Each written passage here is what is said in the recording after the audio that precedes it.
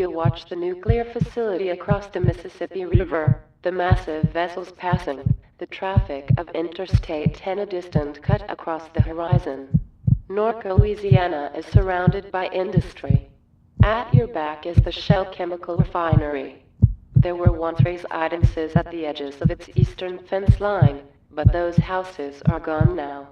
The residents themselves were the descendants of slaves, people whose families have resided on the land for generations. Shell bought their homes and demolished them. A stretch of vacant buffer land is all that remains.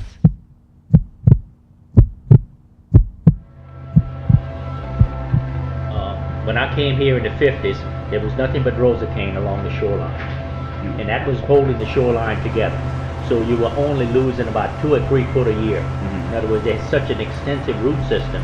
But once they built this interstate through there, the salt water started coming in and out, and it was a disaster. In other words, they didn't give a damn about the wetlands.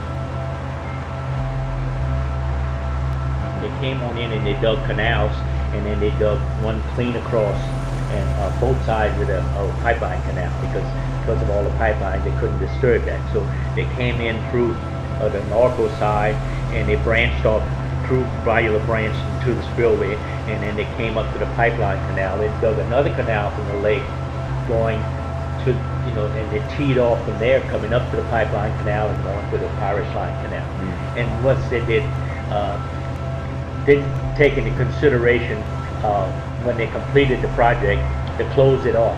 Well, they didn't even take into consideration that it was losing 2 or 3 foot a year. They put it right on the shoreline. It didn't last 6 months.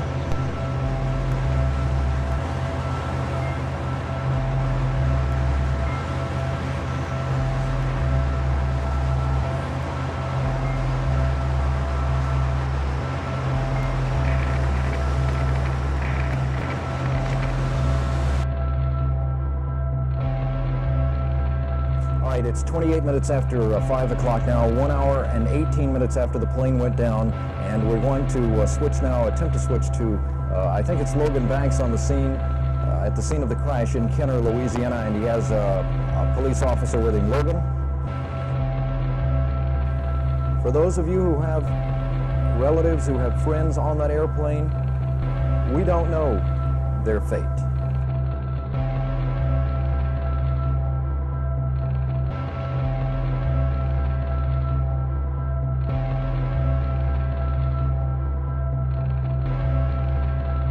Spend some time talking about the sinkhole status and plans, where we're at, where we hope to be going, and then last talk about a shallow aquifer relief well that we plan on installing on our facility.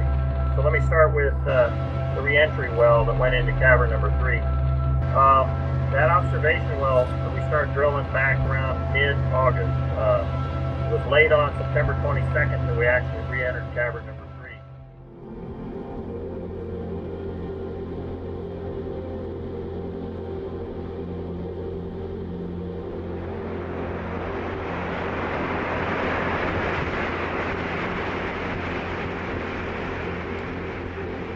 When did you move into this house?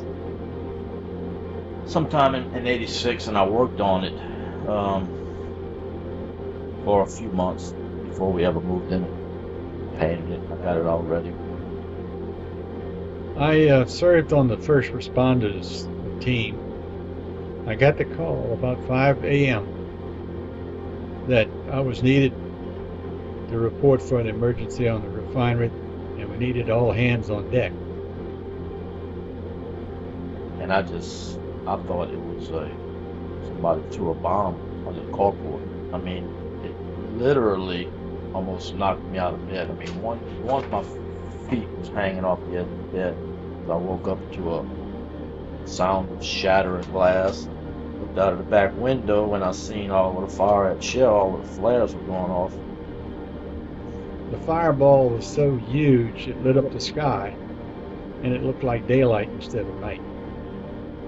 So as I drove down the river road and got closer and closer to the refinery, I really questioned, should I be going into this hell?